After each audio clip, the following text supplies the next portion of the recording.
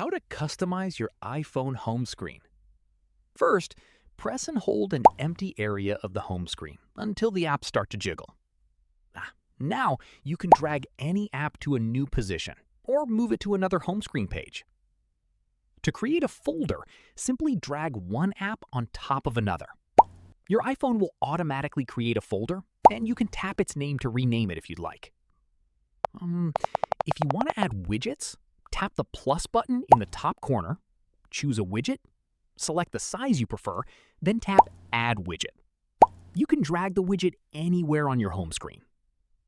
To remove an app from your home screen without deleting it, press and hold the app, tap Remove App, then choose Remove from Home Screen. The app will still be available in the app library. That's it. You've successfully customized your iPhone home screen. If this tutorial helped, don't forget to like this video and subscribe for more iPhone tips, iOS tutorials, and easy tech guides.